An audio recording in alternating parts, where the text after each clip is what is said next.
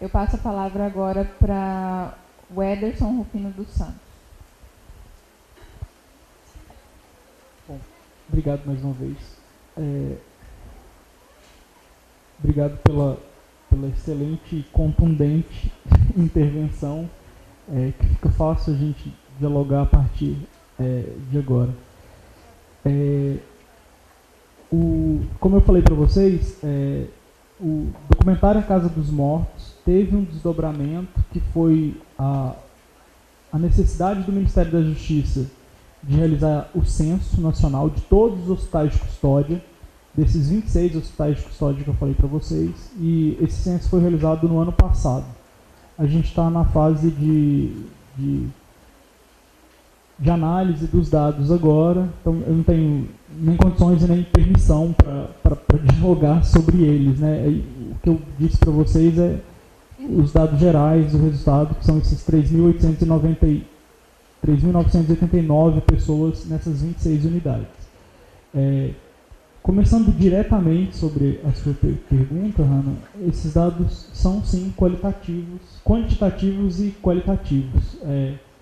Eles têm 3 eixos de dados, são informações sociodemográficas, informações do ponto de vista psiquiátrico, psicológico, e informações do seu histórico penal. Quais crimes cometeram, quantos crimes cometeram anteriormente, a reincidência, um pouco da trajetória, do itinerário desse paciente, quanto tempo que ele ficou preso entre a prisão e a realização do exame, quanto tempo que ele esperou pela realização do exame, quanto tempo que ele está preso, que ele ficou preso antes de sair a sentença, e há quanto tempo que ele está em tratamento psiquiátrico obrigatório. Então a gente vai ter, pela primeira vez, condições de ter essa radiografia, essa fotografia dessa população do ano passado. Essa população é muito... ela muda, né? Desses 3.989 pacientes, 2.956 são pessoas em medidas de segurança, que é o dispositivo penal, que é para tratamento obrigatório, psiquiátrico obrigatório, para aqueles indivíduos que cometem crimes. Então, o restante dessa população, mais de 1.200 pessoas, são de pessoas em situação temporária, que são esses indivíduos que cometeram o crime, têm a suspeita da insanidade mental e estão nessas unidades.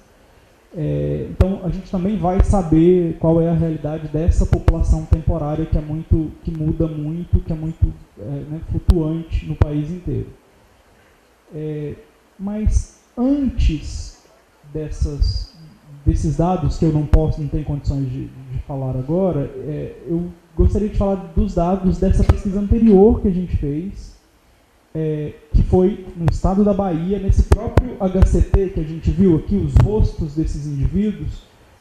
Essa pesquisa que a gente fez, a gente analisou todos os prontuários dessas pessoas da Bahia e dos 3 hospitais de custódia de tratamento psiquiátrico que existem no estado de Minas Gerais.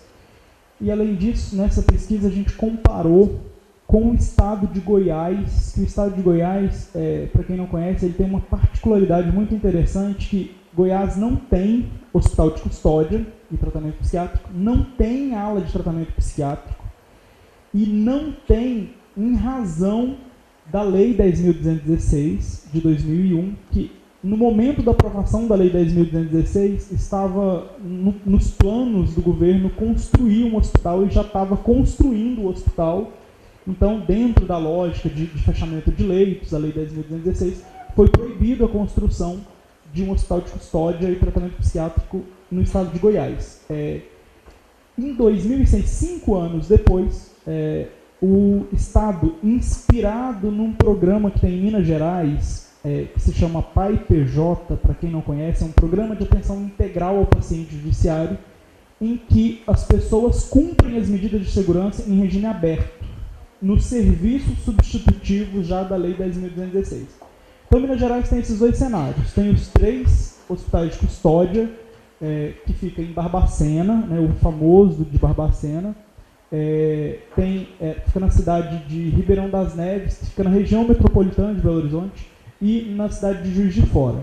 Além desses 3 hospitais de custódia, Minas Gerais, em 2002, 2003, inspirado pelos princípios e pelos ideais da Lei 10.216, começou a surgir a necessidade de, talvez, ter uma experiência de aplicação das medidas de segurança nos serviços substitutivos da Lei 10.216. Então, Minas Gerais tem esses dois cenários. Tem o manicômio judiciário tradicional, né, de regime, de instituição total, em regime fechado, em que as pessoas cumprem as medidas de segurança, e tem também o cumprimento das medidas de segurança em regime aberto. Esse modelo de Minas Gerais inspirou o estado de Goiás. E aí essa pesquisa que a gente fez, a gente comparou esses dois cenários, da aplicação das medidas de segurança em Salvador, Minas Gerais, com esse cenário da aplicação no estado de Goiás nos serviços substitutivos. Em Minas Gerais e na Bahia, são 479 pessoas nos 4 hospitais de custódia, e dessas 479 pessoas, essa pesquisa foi realizada no ano de 2010, lembra que eu falei que foi um estudo piloto anterior ao Estudo Censitário Nacional. Dessas 479 pessoas, 228 delas estavam em medidas de segurança.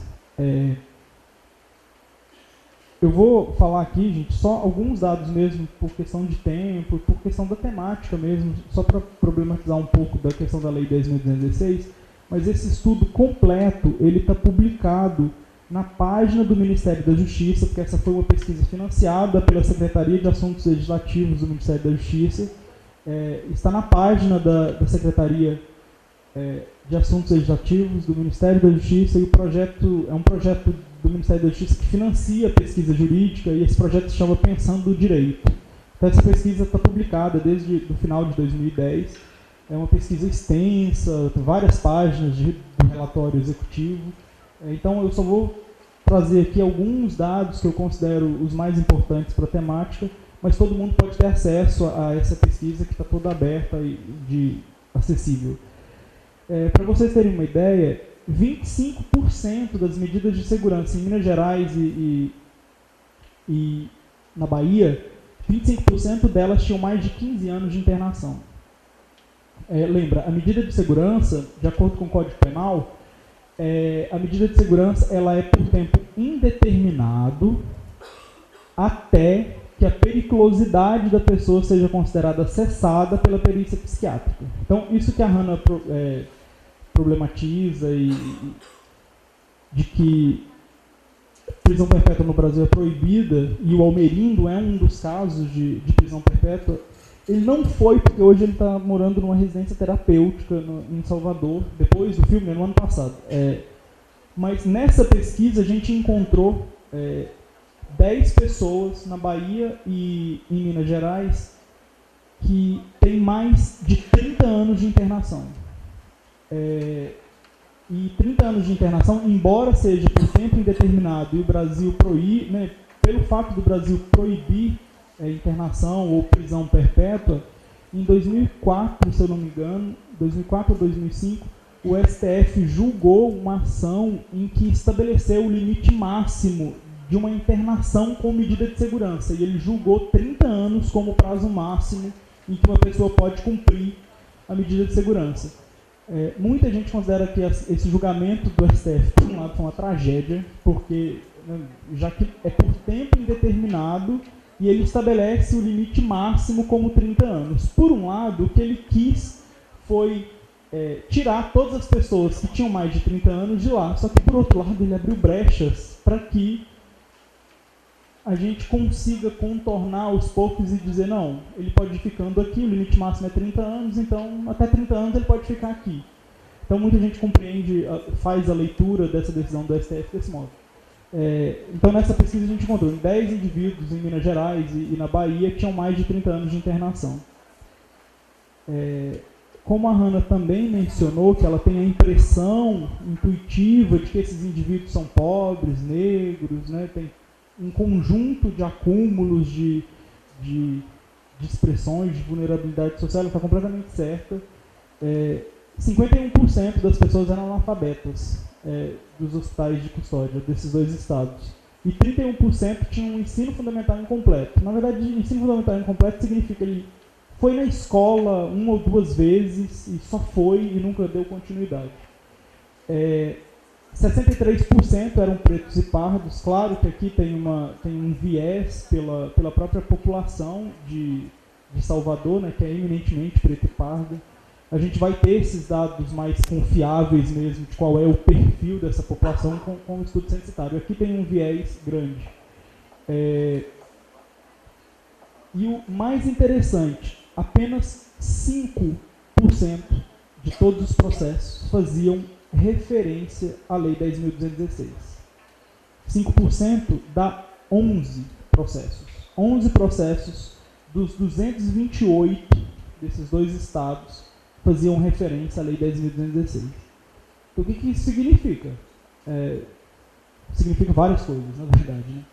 Primeiro, a lei importante de 2001, que reorienta a forma de prestação de assistência psiquiátrica, de tratamento, de assistência em saúde mental para essas pessoas, ela aparece nesses indivíduos que estão cumprindo o tratamento psiquiátrico obrigatório, e essa lei que reorienta esse tratamento, essa assistência em saúde, ela não aparece nesses processos.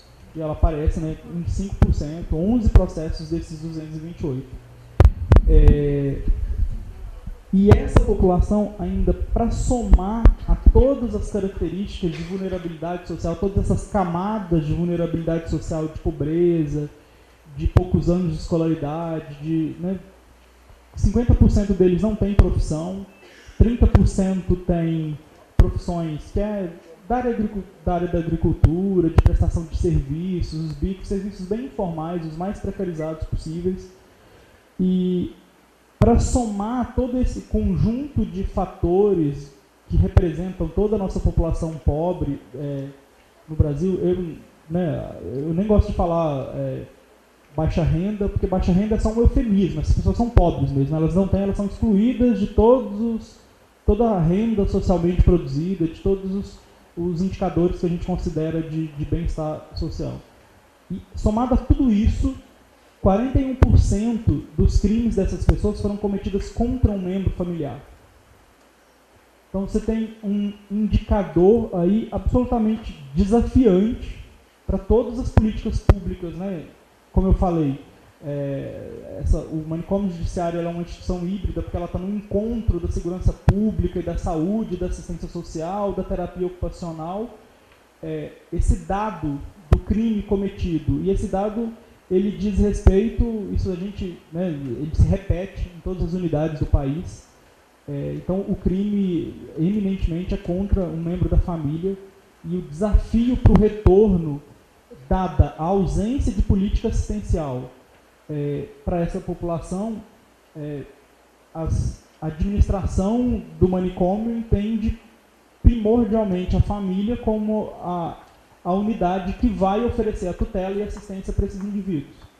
Só que esses indivíduos mataram a sua mãe, mataram seu pai. Então, o desafio para garantir a assistência e o retorno para o convívio social dessas pessoas, depois de cumprida todos os critérios de cessação de periculosidade, avaliados pela psiquiatria e determinados pelo juiz, então tem todos esses componentes, esses desafios do retorno ao indivíduo para o convívio social. Prova disso é que 35% dessas pessoas, elas tinham a periculosidade considerada cessada pela psiquiatria e autorizada pelo juiz, mas mesmo assim ainda permaneciam internadas. 35% dessas pessoas já cumpriram tudo que deveria ter cumprido. É isso que os meninos do documentário falam várias vezes. Ele já pagou tudo que deve para a justiça, ele já pagou tudo para a prisão, né, porque eles não conseguem diferenciar. Às vezes eles passam para a prisão, para eles manicômio e prisão é tudo a mesma coisa, né? Eles redescrevem essas unidades desse modo. Então, por isso que muitos deles dizem isso, e isso é recorrente também em todo o país, e nesses 2 estados aqui são 35%. Vejam o desafio que de toda a precariedade, isso que o doutor falou essas pessoas não receberam, elas cometem esses crimes muitas vezes são crimes bárbaros mesmo, em cerca de 30% dos crimes são homicídios ou tentativas de homicídio. A gente não tem nenhuma visão romântica de que a gente tem uma população que não comete esses crimes mais violentos, crimes contra a pessoa. Esses dados também se repetem nas demais unidades do país. Mas a gente também tem 10% de lesão corporal. Lesão corporal, no ano passado, né, teve aquela alteração de que sequer pode ser preso por quem comete lesão corporal. 10% das pessoas no país inteiro tem né, aqui nesses dois estados era esse percentual. Além disso, tem muito roubo, tem crimes contra o patrimônio.